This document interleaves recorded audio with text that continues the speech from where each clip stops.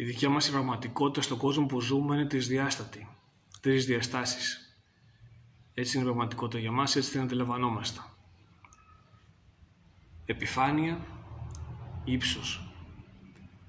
Δεξιά-αριστερά, προς-πίσω, πάνω-κάτω. Τρεις διαστάσεις. Παρ' όλα αυτά, οι κινήσεις που μπορεί να κάνει το σώμα μας, οι κινήσεις που μαθαίνουμε να κάνουμε μετά από τη γέννα, είναι μονοδιάστατες, αν παρατηρήσει κανείς.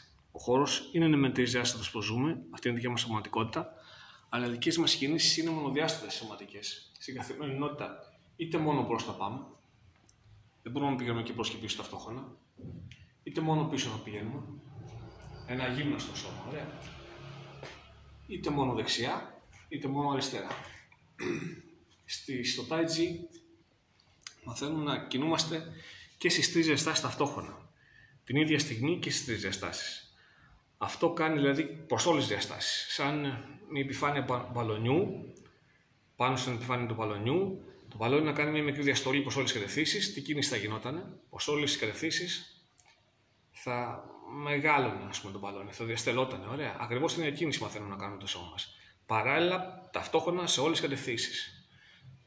Με μία κίνηση, μία φορά. Οπότε αυτό δίνει τρομερό πλεονέκτημα στον κατέχοντα της γνώσης αυτής, ωραία, του Tai Chi. Το πώς δεν μπορεί να κινείται με αυτόν τον τρόπο. Κάνοντας τις διάστατες κινήσεις ταυτόχρονα σε όλες τις διαστάσεις στο σώμα του, ενώ οι άλλοι μπορούν να κινηθούν μόνο μονοδιάστατα. Έχουν μάθει να κινείται μόνο μονοδιάστατα. Στην πολεμική τέχνη, μονή διάσταση σημαίνει αυτό. Μόνο εδώ. Ωραία. Μόνο εδώ. Υπάρχει και κάποιο πίσω, υπάρχει και κάποια φόρα, δηλαδή. Ωραία, μάζα εδώ πέρα. Αλλά στην ουσία είναι μονοδιάστατη. Το περισσότερο είναι εδώ πέρα μπροστά. Θα πάει. Ωραία, εδώ πέρα πηγαίνει πάρα πολύ λίγο για να μπαλαντζάρει λίγο και να δίνει περισσότερη φόρα. Ή μόνο πίσω. Μόνο πίσω. Μόνο πίσω τον μπλοκ. Ωραία.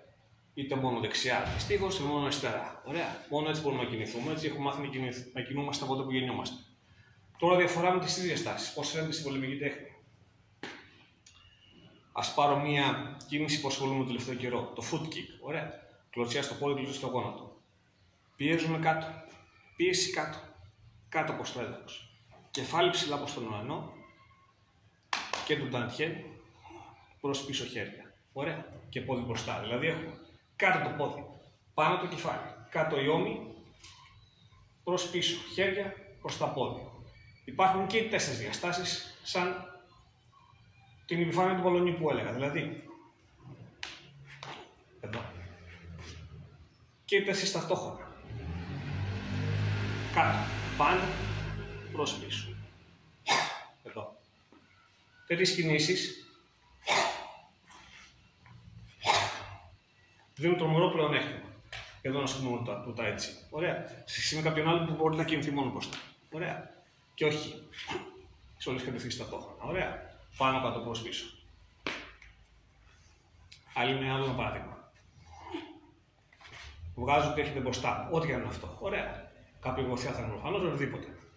Το βγάζω μπροστά. Ωραία. Φαίνεται ότι είμαι μόνο εδώ, αλλά πιέζω κάτω. Υπάρχει κάτω. Υπάρχει πάνω που είναι το κεφάλι. Πηγαίνει προς τα πάνω. Η ώμη πηγαίνει προς τα κάτω. Ναι, δεν είναι όλα τα χέρια. Τα χέρια και τα δύο από εδώ. Είναι η πλάτη μας πηγαίνει προς τα πίσω. Έχει δόμηση. Όλο το σώμα. Ωραία. Δεν είναι δηλαδή μόνο πέρα. Έχει δόμηση όλο το σώμα.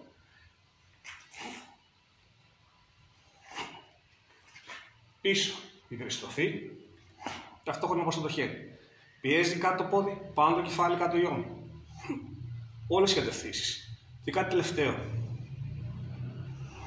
Δεν έχει μόνο μια κατεύθυνση προς τα πάνω. Πάνω κεφάλι. Κάτω πιέζει το πόδι. Πάνω η γροθιά από το κουά. Πάνω το κεφάλι. Κάτω όμως η ώμη. Και πίσω εδώ πέρα.